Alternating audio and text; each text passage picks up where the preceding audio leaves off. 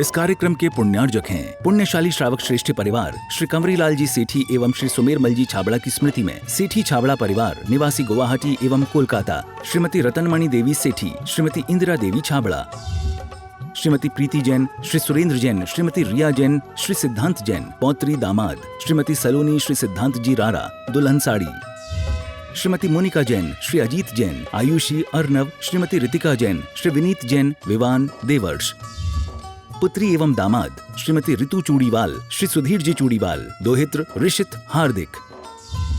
Firm Indira लॉजीज, warehousing और logistic park, Guwahati Assam. Computer vision work, वितरण घर Guwahati. Navkar www.navkargroup.in। Aluminium framework प्रणाली, कॉलम बॉक्स शटरिंग और वस्तु उत्पादों के निर्माता, कोलकाता, पश्चिम बंगाल।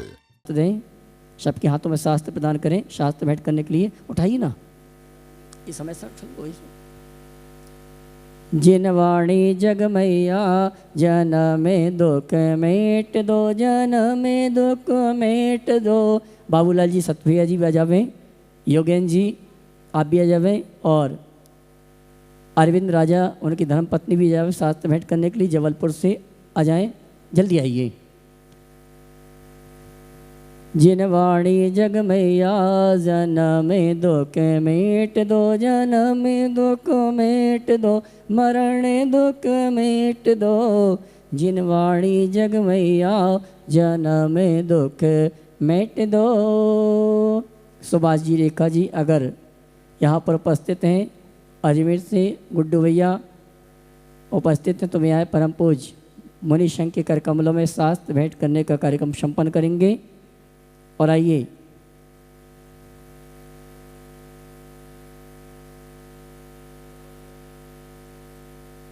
बाबा को ले आना, पकड़ के ले आओ। बात पे छना आज नहीं होगा अभी।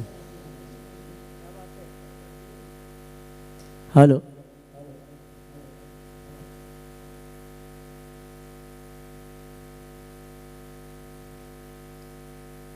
शीतल जी सालिग्या गुणायतन ट्रस्टी, ये भी आ जावें शास्त्र भेंट करने के लिए।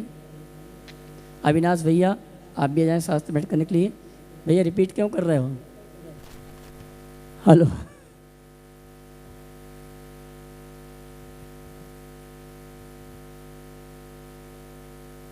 हेलो, दोनों हाथ उठा के जयकारा लगाएंगे। बोले देवादेव श्री आदिनाथ भगवान की जय जय जय। देवादिदेव श्री महावीर भगवान की जय जय जय। संत शिरोमणि गुरुवराचार्य श्री विद्यासागर जी महाराज की जय जय जय। नवाचार्य श्री समय सागर जी महाराज की जय जय जय। गुणायतन प्रणेता शंका समाधान भावना एक प्रवर्तक जन जन किशन प्रखर वक्ता बोले परम पूज मुनि श्री प्रमाण सागर जी महाराज की जय। मुनिवर श्री निर्वेक सागर जी महाराज की जय। मुनिवर श्री संधान सागर जी महाराज की। देवी अहिल्या की नगरी मालवा किसान इंदौर की आचार्य श्री विद्यासागर सभागार से प्रातःकालीन मंगल प्रवचन मंगल उद्बोधन का लाभ हम और आप ले। उसके पूर्व पारस चैनल, जिनवाणी चैनल, आदिनाथ चैनल और प्रमाणिक ऐप के माध्यम से जिस कार्यक्रम को घर में बैठ के देख सुन रहे हैं उन सभी का और यहाँ पर उपस्थित समस्त श्रावक श्राविकाओं का धर्म प्रभावना समिति के साथ साथ सकल दिगंबर जैन समाज इंदौर हार्दिक अभिनंदन स्वागत करती है। चलते हैं मंगल प्रवचन का हम और आप लाभ लें। उसके पूर्व आप सभी के लिए कहना चाहूँगा, आगामी अष्टानिका महापर्व के अवसर पर परम पूज मुनि संघ के सानिध्य में 108 मंडली सिद्ध चक्र महामंडल विधान में सिद्धों की आराधना करने का हमें आपको सौभाग्य प्राप्त होगा।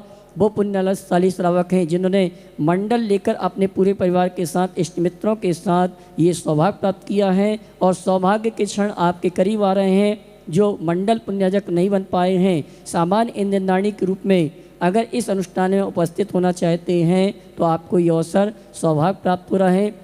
मात्र 21,000 रुपये की राशि के माध्यम से इन दिनदाड़ी बन के आप इस अवसर का लाभ ले सकते हैं। इन दिनदाड़ी के वस्त्र आदि कमेटी के द्वारा, भोजन व्यवस्था कमेटी के द्वारा प्रदान की जाएगी और जो सामान इन दिनदाड़ी बन रहे हैं उनके लिए आवास की व्यवस्था आपको स्वयं व्यवस्थित करना है। बाहर से जो नाम मेरे पास आ रहे हैं उन सभी श्रावकों से कहना चाहूँगा, आपके आवास की व्यवस्था आपको स्वयं निश्चित करना है। मात्र 21,000 रुपये की राशि के माध्यम से सामान्य ईंधनदानी के माध्यम से इस अनुष्ठान में सम्मिलित होने का सौभाग्य प्राप्त कर सकते हैं। साथ ही जिन्होंने जो भी मंडल पुण्याजक हैं या जो भी ईंधनदानी हैं, अपनी राशि अगर बैंक अकाउंट में जमा कर रहे हैं तो उसकी सूचना कमेटी कार्यालय में प्रेषित करें, जिससे व्यवस्थित आप तक सूचना पहुंचाई जा सके। आइए इन्हीं सभी सूचनाओं के साथ हम और आप निवेदन करेंगे परम पूज्य मुनि श्री निर्वेक सागर जी महाराज से। हे मुनिवर, अपनी क्षमा करना भूल गया,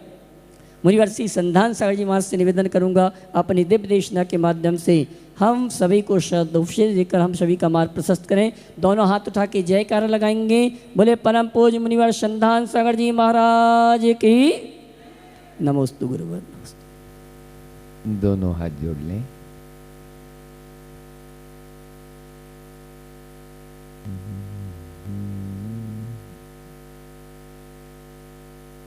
मंगल में मंगल चरण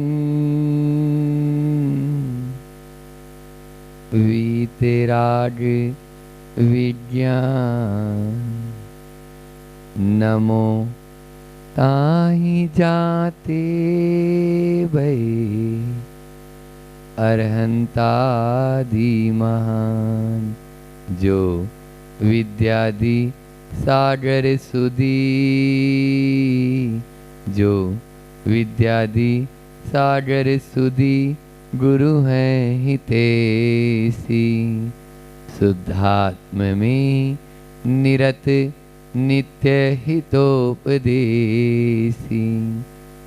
वे पाप जिस्म ऋतु में जल हैं सयाने पूजूं उन्हें सतत केवल ज्ञान पाने वंदू उन्हें सतत केवल ज्ञान पाने। बोली मोहतावन में विराजमान 1008 श्री मूलनायक चिंतामणि पार्श्वनाथ भगवान की जय। परम उपकारी संत शिरोमणि आचार्य गुरुवर विद्यासागर जी महामुनि राज की जय। पूज्य मुनि श्री 108 प्रमाण सागर जी महाराज की जय। पूज्य मुनि श्री 108 निर्भीक सागर जी महाराज की जय। बोले परम पूज्य मुनि श्री संधान सागर जी महाराज की।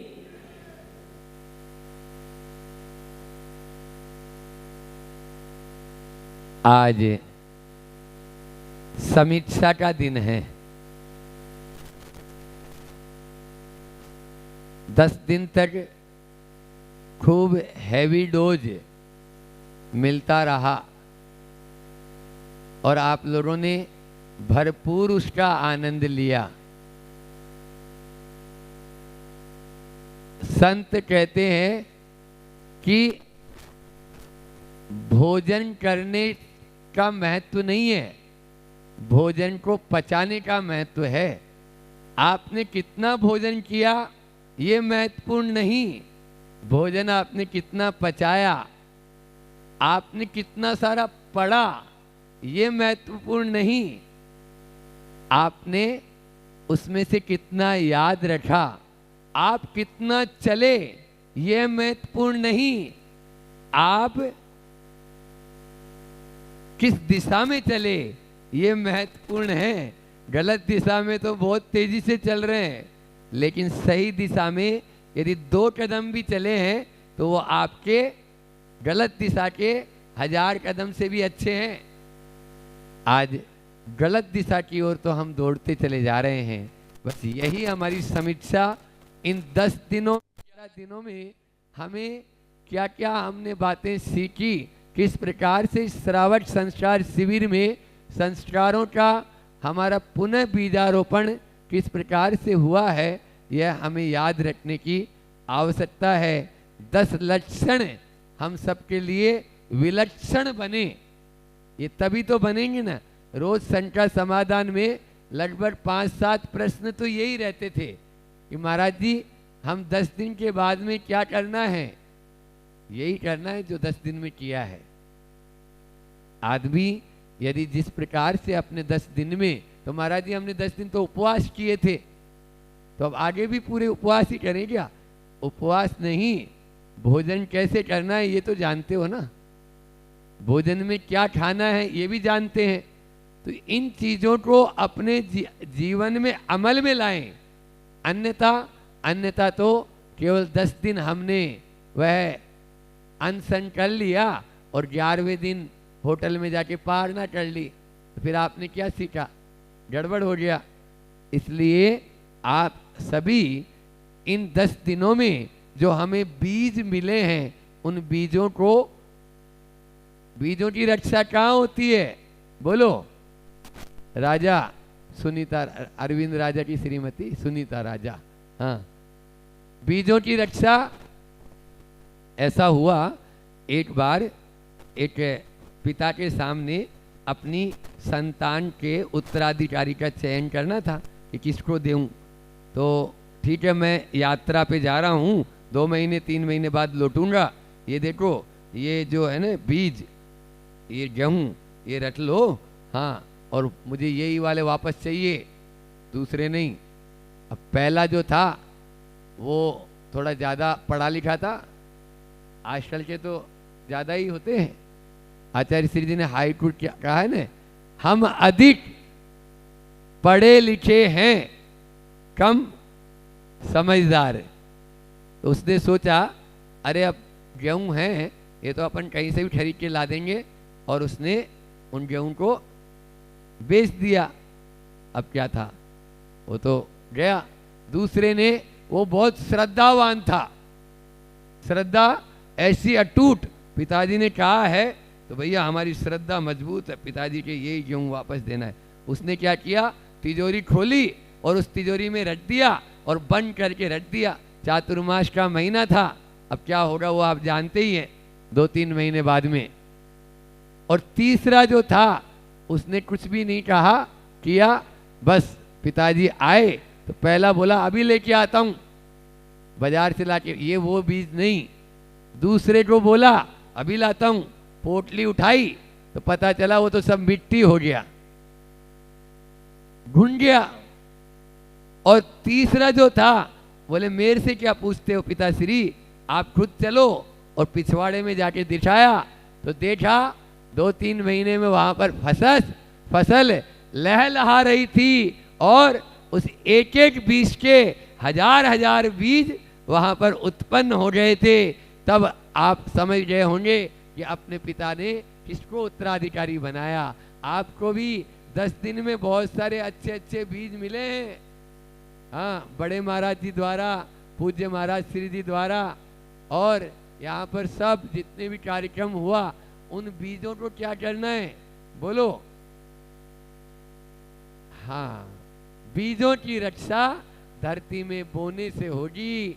बीजों की रक्षा किसी को, अरे हम गए थे इंदौर, वहां का क्या श्रावक संस्कार शिविर, कहना ही क्या, लाजवाब।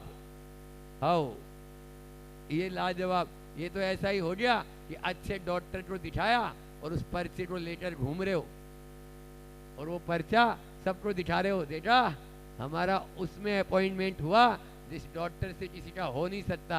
हाँ, वहाँ पर तो एंट्री बंद हो गई थी, लेकिन फिर भी हम बाद में गए तो महाराज जी ने हमें अंदर ले लिया।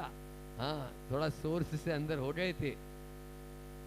उससे कुछ नहीं होगा, जब तक आप उसको अपने जीवन में हम अंदर अंगीकार नहीं करेंगे, तब तक कुछ भी नहीं हो सकता है। इसलिए श्रद्धा भी चाहिए, ज्ञान भी चाहिए, और चारित्र भी। आप लोग प्रतिदिन तत्वार सूत्र का जब वाचन किए तो उसमें क्या पढ़ते हो?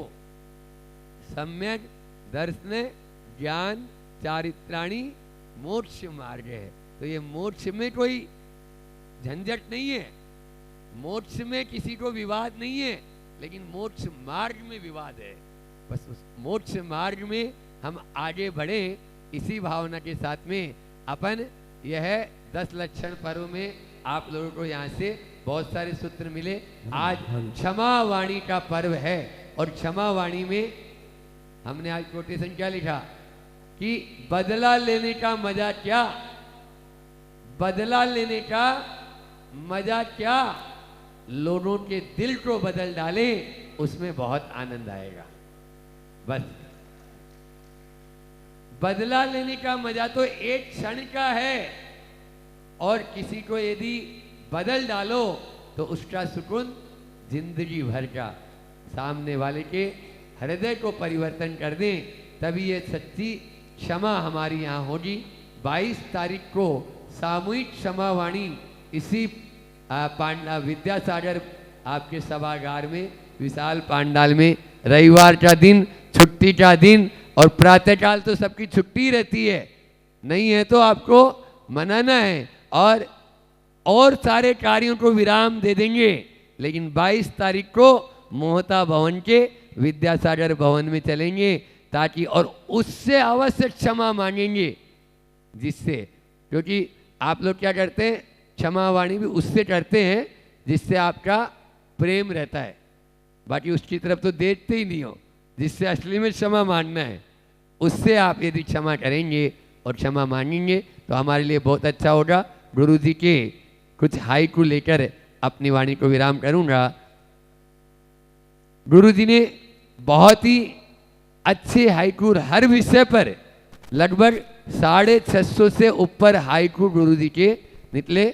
एक पुस्तक है, हमने उनको संकलित किया, स्वानुभूति, उसमें आप लोगों को ये मिल सकते हैं और उनको पढ़ना चाहिए, पाठ कर सकते हैं, प्रतिदिन उसका पाठ भी कर सकते हैं। जब तक हमारे अंदर में समता नहीं आएगी तब तक क्षमा आएगी क्या रुपेश भैया जी? नहीं आएगी। समता जिसके बीच अंदर रहेगी वही क्षमा को धारण कर सकता है। तो महाराज श्री जी ने क्षमा, सहिष्णुता, समता और सामर्थ्य, ये 4 शब्द दिए। क्षमा, सहिष्णुता, समता और सामर्थ्य। यदि अपने अंदर में सामर्थ्य को विकसित करना चाहते हैं तो हम सहिष्णु बने, क्षमावान बने, तभी हम समतावान बन सकते हैं। क्योंकि सच्ची आराधना तो यही, सुधरना ही साधना है। क्या बोला? 10 दिन की समीक्षा कर रहे हैं ना अपन बैठ के यहाँ पर। सुधरना ही साधना है। जितना जितना हम सुधरते चले जाएंगे उतनी उतनी हमारी साधना में निखार आता चला जाएगा। बस सुधरे। तो महाराज जी हम बिगड़े कब थे, तो आप सुधरे कब थे? सुन रहे हो नहीं सुन रहे हो? हाँ, यदि हाई लेवल पे करें तो हम सब भी अभी बिगड़े हुए ही हैं। जब तक कर्मों का आवरण है तब तक हम सब बिगड़े हुए हैं, और जिस दिन कर्मों का आवरण हट जाएगा उसी दिन हम पूर्ण रूप से स्वस्थ हो जाएंगे, पूर्ण रूप से सुधर जाएंगे, पूर्ण रूप से निरोग हो जाएंगे। लेकिन अभी सब बीमार हैं। अभी हाँ, आरोग्य पाना चाहते हो तो इन सूत्रों को आत्मसात करें। तो समता कैसी हो? अभी 2 दिन पहले गुरुकुल के जो बच्चे आए तो उनको मैंने जब उपदेश दे रहा था तो वृक्ष जैसी समता हो। आचार्य श्री जी ने हाइकू दिया है, साधु वृक्ष हैं, छाया फल प्रदाता जो धूप खाता। साधु वृक्ष है, छाया फल प्रदाता जो धूप खाता। आप देखिए, खुद तो धूप खाता है वो पेड़, और आपको छाया देता है। अच्छा ये बताओ, छाया मानते हो क्या? किसी पेड़ के नीचे जाके आप उस पेड़ से छाया मानते हो क्या? बोलो ना, निधि विधि क्या नाम है? हाँ हाँ, स्वतः मिलती है। फिर आप भगवान के चरणों में आकर अपनी डिमांड क्यों करते हो? बोलो ना, गुरु के चरणों में आके अपनी डिमांड क्यों करते हो? महाराज जी 5 दिन हो गए,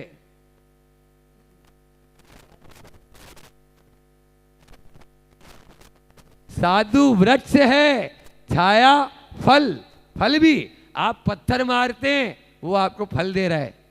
हमारे अंदर में देखो, एकेंद्रिय जैसे जीवों की, आज प्रातःकाल की सामायिक में यही चिंतन चला, पूरा 48 मिनट यही पूरा चिंतन चल रहा था कि अपन एकेंद्रिय से भी गए बीते हैं क्या? एकेंद्रिय में धरती आती है। बोलो, क्षमा कैसी हो? पृथ्वी जैसी हो। क्षमा के समता कैसा हो? समता कैसा हो? कैसी हो? तो समता हमारे अंदर में वृक्ष जैसी हो। अपन धरती से सीखें पृथ्वी से सीखे जब योगासन करते हैं तो योगासन में कोई मनुष्य आसन नहीं आया, उसमें मयूरासन आया, उसमें भुजंगासन सर्पासन आया, उसमें कुक्कुटा आसन आया। अब मुर्गे से आसन सीख रहे हैं, बोलो ना अपन, तो उनसे आसन लगाना, इसका मतलब क्यों? क्योंकि वो पृथ्वी के प्रकृति के बहुत समीप हैं और हम प्रकृति से विरुद्ध हैं। आप देखिए सूरज 50 साल पहले पूरब दिशा से उठता था और पश्चिम में छिपता। अबे भैया 50 साल पहले भी सूरज पूरब से उगा और पश्चिम में डूबा, यही होता था ना। फिर हम क्यों बदल गए? नदी 50 साल पहले भी नीचे की ओर ही बहती थी, अभी भी उधर ही बहती है, फिर हम क्यों अपना चेंज कर दिए? प्रकृति की किसी भी चीज में चेंजेस नहीं आया, फिर आप में परिवर्तन क्यों आया? ये परिवर्तन ही हमारे लिए अधोगति का कारण हो जाता है। हो गया, आप देखिए 12 बजे तक सो रहा है, 10 बजे तक सो रहा है, 8 बजे तक सो रहा है, ये क्या है? अरे जो सूरज के उगने के बाद उठेगा उसके जीवन में कभी भी उजाला नहीं आ सकता है। लिख लो, अब ताली बजाओ ने। क्या सूरज के उठने के बाद उठते हो क्या? बोले महाराज हम उठते ही अंधे उजाला होने के बाद उठते हैं। जो 5 बजे या 5:30 या 6 बजे बाद उठ रहा है उसके जीवन में क्या उजाला आएगा? क्योंकि उसने सूरज को देखा ही नहीं उठते हुए। इसलिए अपने जीवन में यदि उजाला चाहते हो तो छाया साधु वृक्ष हैं, छाया प्रदाता जो धूप खाता। फिर अगला हाइकू है, हद कर दी बेहद छूने उठे कद तो देखो। आचार्य श्री जी ने बोला हद कर दी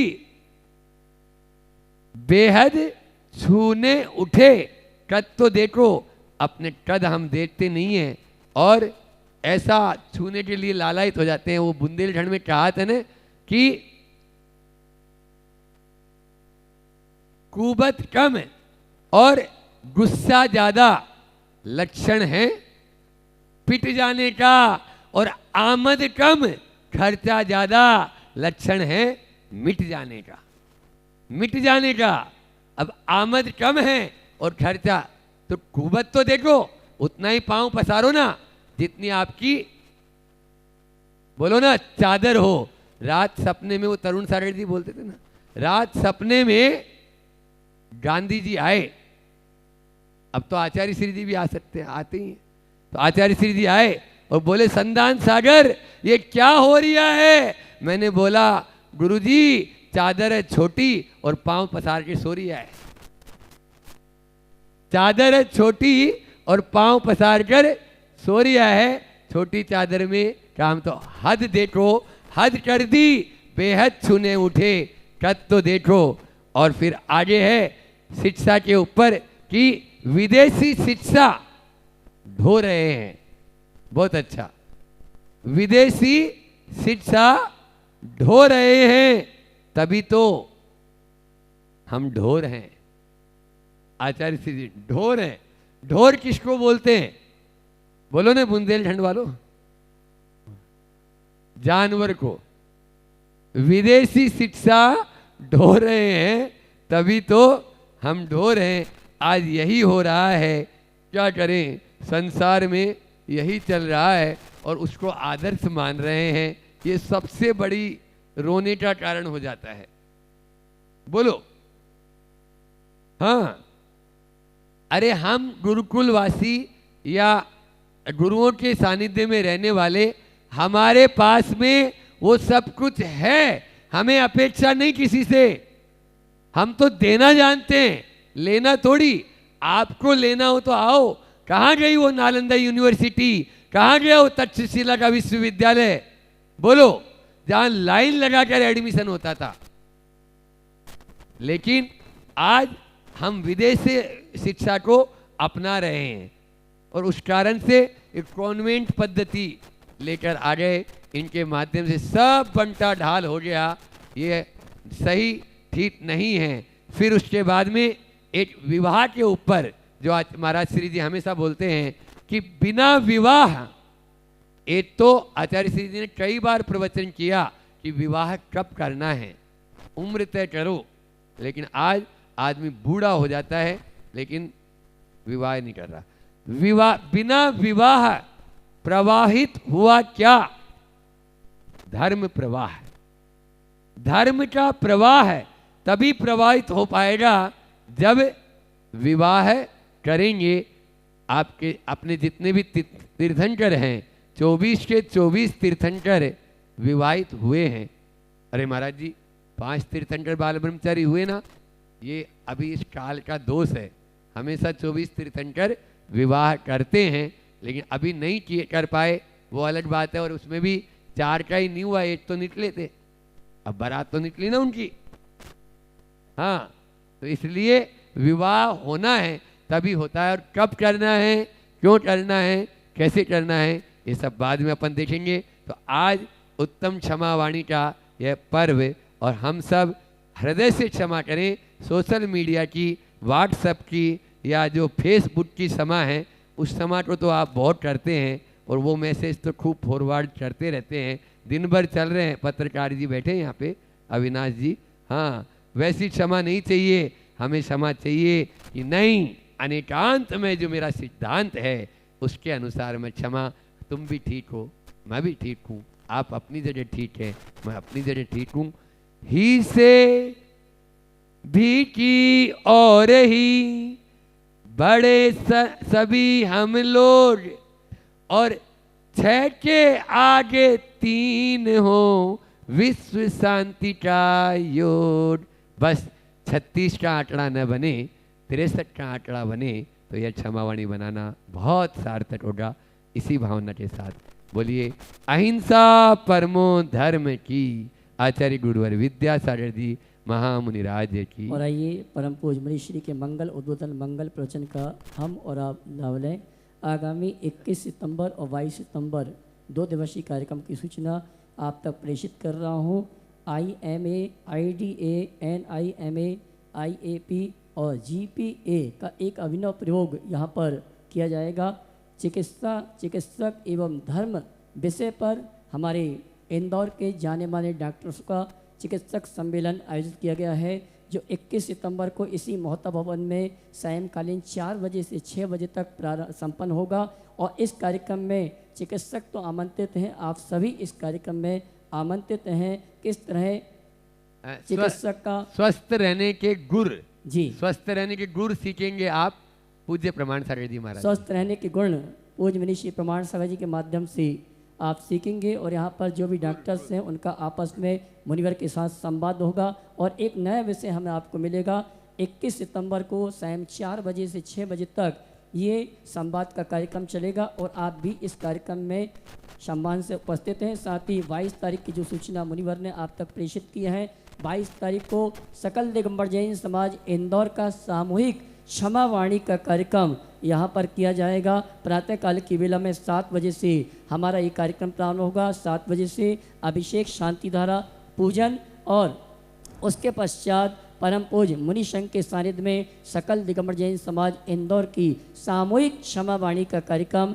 इसी मोहता भवन के आचार्य श्री विद्यासागर महामंडप में आयोजित किया गया है। और धर्म प्रभावना समिति ने सभी आगंतुक अतिथियों की भोजन की व्यवस्था इसी मोहता भवन में रखी गई है। आप स्वयं आएँ और आप अपने परिचितों को व्हाट्सएप के माध्यम से सूचना दे दें कि मोहता भवन में आगामी 22 सितंबर रविवार के दिन 8 बजे से क्षमा वाणी का काम प्रारंभ होगा। और आइए महाराज जी को निवेदन कर रहे हैं, इसके पहले आधा मिनट में बता दूं, मेरे हाथ में ये मिशन 10D जो सामने नजर आ रही है, ऑनलाइन भी जो सब देख रहे हैं, और वो सभी ये प्रमाणित पाठशाला के द्वारा जो ये बनाई गई है, इसको भरकर कल तक अवश्य इसको सबमिट कर दें। आपके पास में गूगल फॉर्म पहुंच चुका होगा, उसको सबमिट कर देंगे। ऑफलाइन वाले यहीं मोहता भवन में जमा करा देंगे। और आइए आप सभी की ओर से परम पूज्य मुनिवर निर्वेक सागर जी महाराज से निवेदन है, हे मुनिवर अपनी दिव्य देशना के माध्यम से सदुपदेश देकर हम सभी का मार्ग प्रशस्त करें। दोनों हाथ उठा के जयकार लगाएंगे। बोले परम पूज्य मुनि श्री निर्वेक सागर जी महाराज की नमोस्तु गुरुवर। नमः सिद्धिभ्यः। ओम नमः सिद्धि सिद्धेभ्यः ॐ नमः सिद्धेभ्यः। मङ्गलं भगवान् वीरो मङ्गलं गौतमो गणी मङ्गलं कुन्दकुन्दाद्यो जैनधर्मोऽस्तु मङ्गलम्। सर्वमङ्गलमाङ्गल्यं सर्वकल्याणकारकं प्रधानं सर्वधर्माणां जैनं जयतु शासनं वन्दे विद्यासागरं। जय बोली अहिंसा परमो धर्म की। शासन नायक भगवान महावीर स्वामी की, आचार्य भगवान श्री कुंद महाराज जी की, आचार्य गुरुवर श्री विद्यासागर जी महाराज की, मुनिवर श्री प्रमाण सागर जी महाराज की। पूज्य मुनि श्री 108 निर्भीक सागर जी महाराज की।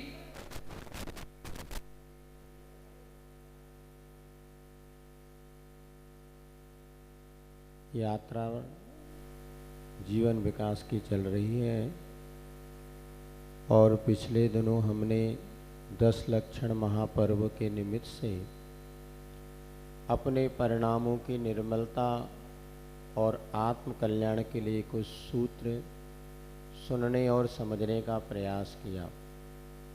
हमें ध्यान है जब 11वीं या 12वीं कक्षा में एक प्रमेय आता था, प्रमेय, उसमें 8 नंबर का एक प्रश्न होता था। तो सबसे पहले क्या सिद्ध करना है ये लिखा जाता था और उसके बाद बीच का मेथड होता था, अंत में निष्कर्ष में कि हमने ये सिद्ध किया, इस पे भी 2 नंबर होते थे। तो पहले में 2 नंबर, अंत में 2 नंबर और बीच की मेथड के 4 नंबर। बीच में ना भी लिखवा तो अंत में क्या सिद्ध किया इतना तो लिखना सभी विद्यार्थी लिख ही देते थे। इसी प्रकार से हमने सर्वप्रथम उत्तम क्षमा धर्म से बात प्रारंभ करते हुए कि हमें ये सिद्ध करना है, क्योंकि उत्तम क्षमा मार्दव आर्जव भाव हैं, ये हमारे स्वभाव थे। इस स्वभाव की उपलब्धि के लिए हमें पुरुषार्थ जो किया था और पुनः क्षमा वाणी पर्व मनाते हुए कि हमने अपने उस कथ्य विषय को सिद्ध कर लिया है, इस प्रकार से अपना वह जो गणित है पूर्ण हो जाता है। अभी आप लोग प्रतिदिन पूजन करते थे और पूजन के अंत में एक भावना सभी लोग बातें थे, शास्त्रों का हो पठन सुखदा लाभ सत्संगति का। तो मूल इसमें एक बिंदु जो शास्त्रों का हो पठन सुखदा, संसार का हर प्राणी अपने जीवन को सुखी बनाना चाहता है और सुख की प्राप्ति के लिए सुबह से शाम तक पुरुषार्थ करता है, लेकिन वो सुख कहाँ हमें मिलेगा? तो आचार्य कहते हैं शास्त्रों का हो पठन सुखदा। यदि कोई जीवन में सच्चे सुख को देने का कोई साधन है तो है शास्त्रों का पठन। ज्ञान समान न आन जगत में सुख को कारण, ये भी कहा है सम्यक ज्ञान के सिवाय और कोई दूसरा हमारे लिए सच्चे सुख का साधन नहीं है। तो इन पिछले दिनों में हमने देखा बहुत से लोगों ने अपने मनोभाव बनाया कि अभी हम प्रतिदिन शास्त्र का स्वाध्याय करना है, क्योंकि स्वाध्याय के माध्यम से हमारा अज्ञान रूपी अंधकार मिटने वाला है।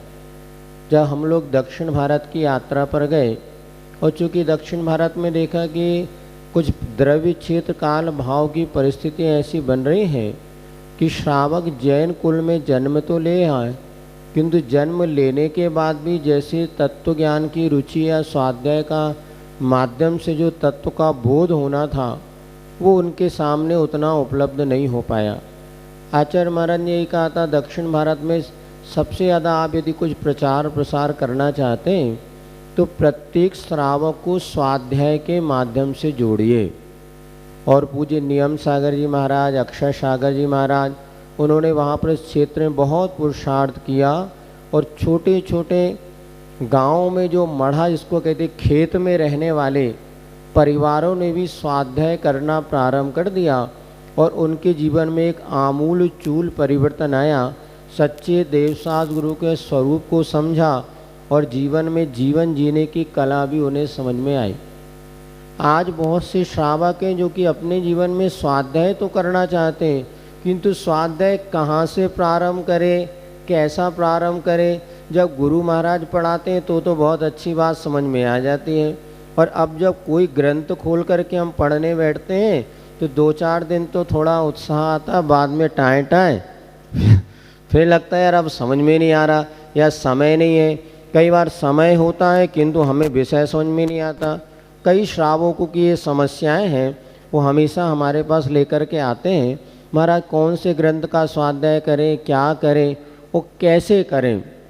स्वाध्याय करना जितना महत्वपूर्ण है उसको किस तरीके से किया जाए कि हमारी रुचि बनी रहे। जैसे माँ जब भोजन बनाती है तो उस भोजन में सबसे ज़्यादा इस बात का ख्याल रखती कि खाने वाले की रुचि उसमें बनी रहे। तो कैसे क्या करें, तो अभी हम आज मात्र आपको एक पढ़ने की कला बताते हैं कि कैसे आप पढ़ें कि आपकी रुचि बनी रहे। क्या पढ़ना ये महत्वपूर्ण नहीं है। आज सभी मंदिरों में बहुत सारे ग्रंथ रखे हुए हैं जो सिद्धांत संबंधी भी हैं और उपदेश संबंधी भी हैं। तो जो भी अपन पढ़ते हैं उसमें जब आप विचार करेंगे कि बहुत सी बातें जो हमें समझ में आती हैं और बहुत कुछ बातें ऐसी होती जो समझ में नहीं आती, और हम क्या रूटीन के तौर पर उसको पढ़ते लगते हैं तो पढ़ते पढ़ते वो आनंद नहीं आता। इसलिए एक हाइकू बताया था आपको पहले, शब्दार्थ जानो भावार्थ प्रकट हो आनंद झरे। अब उदाहरण के तौर पर आपको बताते हैं, जैसे आचार्य श्री महाराज ने मूक माटी महाकाव्य लिखा है, और मूक माटी महाकाव्य एक ऐसी अनमोल कृति है जिस पर अनेकों पीएचडी हो गई और भी विद्वानों ने अपनी अपनी समीक्षाएं वगैरह लिखी। हर विद्वान ने उसको अपनी अपनी तरीके से पढ़ने और समझने का प्रयास किया।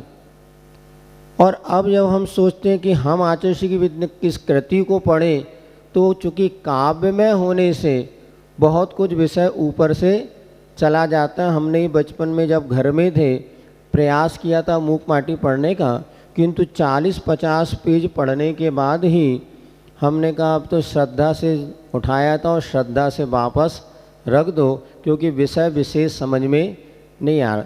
फिर बाद में एक बार मौका पड़ा, पढ़ाने का मौका पड़ा, और धीरे धीरे वो विषय स्पष्टीकरण होता गया, और उसी पर आधार बना करके एक उपाश्रम की छाँव नाम से इस पुस्तक का पूरा अर्थ मूक माटी का कर दिया। जिस व्यक्ति ने इसको पढ़ा है उसको बहुत सरलता से मूक माटी का हृदय जो है समझ में आने लगा है। अब जैसे कोई भी ग्रंथ आप उठाते हैं, कहाँ से पढ़ना क्या पढ़ना उतना महत्वपूर्ण नहीं है। तो जैसे हमने ग्रंथ उठाया तो ग्रंथ में क्या विषय है पहले ये समझने का प्रयास करें कि कोई भी ग्रंथ जो हमारे सामने है वो किस विषय का प्रस्तुतिकरण कर रहा है, या इतना भी नहीं आ रहा है तो कहीं से भी कैसे भी उसको पढ़ना प्रारंभ करें। जैसे अपने पुस्तक खोले, इसमें एक कंकरों की कमी मिला माटी से मंत्र एक सब्जेक्ट हुआ। ये कि जब कुंभकार उस माटी के जीवन को उन्नत बनाने के लिए उसने माटी को खोद करके उपाश्रम में लेकर के आया, और माटी के मन में अपने जीवन के विकास का भाव उत्पन्न हुआ, इधर कुंभकार के मन में उसको उन्नत बनाने का भाव उत्पन्न हुआ। अब वो माटी जो है उपाश्रम में लाई गई। उपाश्रम किसे कहते हैं, तो जहाँ पर माटी को घट का रूप प्रदान किया जाए उसे कहते हैं उपाश्रम। अब यहाँ पे जैसे अपन ने एक हेडिंग लिखी, कंकरों की कमी मिला माटी से मंत्र। तो जो माटी को छाना गया तो कंकर ऊपर रह गए, मिट्टी नीचे आ गई, और वो सारा का सारा प्रसंग यहाँ पर अपने को पढ़ने को मिलेगा। परम दशा ऋजुता की एक शब्द आया, परम दशा ऋजुता की। परम यानी क्या हो गया, उत्कृष्ट। दशा माने स्थिति, ऋजुता माने सरलता की। अब जो अपन ने हेडिंग पढ़ा है, जो शब्द पढ़ा है, पहले उसको अर्थ हम समझने का प्रयास करें कि परम दशा जो ऋजुता की कही गई है, इसका अर्थ क्या है। क्योंकि जब तक आप इन दो शब्दों का अर्थ नहीं जानेंगे, आगे आप कितना भी पढ़ लीजिए आपको आनंद आने वाला नहीं है। तो परम दशा ऋजुता की, ऋजुता माने होता है सरलता और उत्कृष्ट स्थिति, ये इसकी हेडिंग हो गई। अब देखिए आगे अपन पढ़ते हैं। गधे की पीठ पर लदी माटी को उपाश्रम के प्रांगण में उतारा गया। अब देखिए पढ़ने का तरीका, कैसे आपको रुचि नहीं उत्पन्न होती बताइएगा। फिर अपने आप आपको जिज्ञासा पैदा होनी चाहिए। किसी भी विद्यार्थी का एक लक्षण हुआ करता है, उसको जिज्ञासा। अब आगे क्या, इसका अर्थ क्या। तो गधे की पीठ पर लदी माटी को उपाश्रम के प्रांगण में उतारा गया। इसमें क्रिया क्या हो गई बताइए। उतारा गया, किसको उतारा गया। माटी को उतारा गया। कहाँ पर उतारा गया। उपाश्रम के प्रांगण में उतारा गया। कहाँ पर लदी थी माटी। गधे की पीठ पर। अब जो एक पंक्ति आपने पढ़ी ना, सीधे आगे नहीं पढ़ना, अब फिर से उसको विचार करो। क्या कहा गया एक शब्द में। जो एक पंक्ति हमने पकड़ी, एक शब्द में क्या कहा गया, क्रिया क्या हो गई, उतारना। अब देखो, गधे की पीठ पर लदी माटी को उपाश्रम के प्रांगण में उतारा गया। इतनी बात आई समझ में। फिर से क्या किया गया, उतारा गया। किसको, माटी को। कहाँ से, गधे की पीठ से। कहाँ पर, उपाश्रम के प्रांगण में। अब देखो ये इतना भाव का आपको, अब इसकी आगे फिल्म बनाइए दिमाग में कि इधर गधा खड़ा है, उसकी पीठ पर माटी लदी थी। अब यहाँ पर उपाश्रम जहाँ पर घट बनने वाला है, उधर माटी को उतारा गया। अब नीचे उतार के पटक दिया। किसको पटक दिया, माटी को। अब अगली पंक्ति, माटी को छानने के लिए बारीक तार वाली चालनी लाई गई। इतनी देर में तो अपन पूरी लाइन पढ़ देते हैं, नहीं, उसको आप तोड़िए। कहाँ पर आप उसको अलग अलग कहना चाहिए ब्रेक दे सकते हैं, रुक सकते हैं, फिर आगे समझ के पढ़िए। माटी को अब क्या करना, छानने के लिए बारीक तार वाली चालनी लाई गई। अब क्या हो गया, चालनी लाई गई। क्या लाई गई, क्यों लाई गई, माटी को छानने के लिए। कैसी है वह चालनी, बारीक तार वाली चालनी लाई गई। अब देखो ये दो पंक्ति का भाव अगर आपको समझ में आ गया ना, आगे की चार पंक्ति और पढ़ लेंगे। इसलिए आशीष ने कहा ज़्यादा नहीं, ज़्यादा बार पढ़ो और समझ के पढ़ो।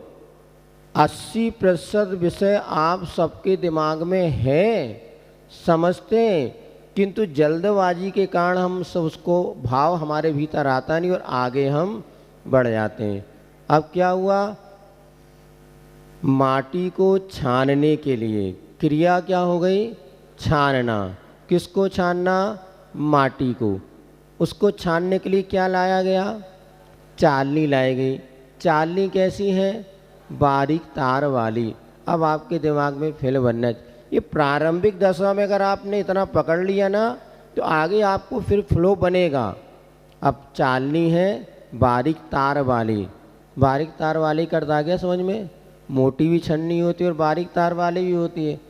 अब आपको इसमें स्वयं लगाना पड़ेगा। हमें मिट्टी को छानना है तो बारीक तार वाली चाहिए, यदि मोटी तार वाली तो सब कंकर पत्थर भी नीचे आ जाएंगे, तो कैसे छनेगा। तो माटी को छानने के लिए बारीक तार वाली चालनी लाई गई। शिल्पी स्वयं माटी को छान रहा है। कौन छान रहा है? शिल्पी स्वयं किसको छान रहा है? माटी को छान रहा है।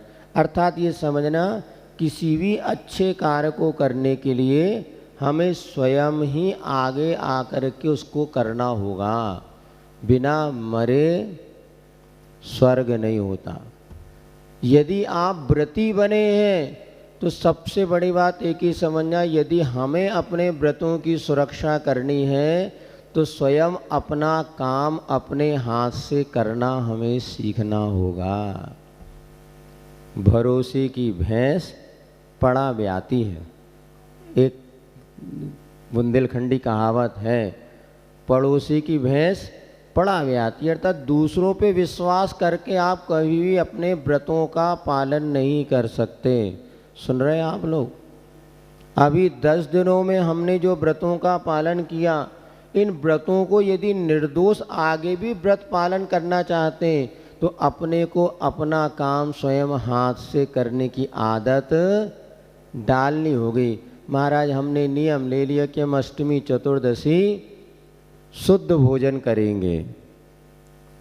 अब भैया शुद्ध भोजन तो करोगे, लेकिन पानी कहाँ से लाओगे? तो महाराज कुएं से बुलवा लेंगे। अरे गया बुलवा लेंगे कि हम स्वयं लेकर के आएंगे। आप स्वयं कुएं के पास जाएं, अपनी रस्सी बाल्टी लेकर के जाएं और उस पानी को खींचें और जो बिलछानी है उसको यथा स्थान आप विसर्जित करें, तब तो आपका व्रत निर्दोष पलेगा। नहीं भैया पानी भर के ले आना तुम, हमारा आज व्रत है।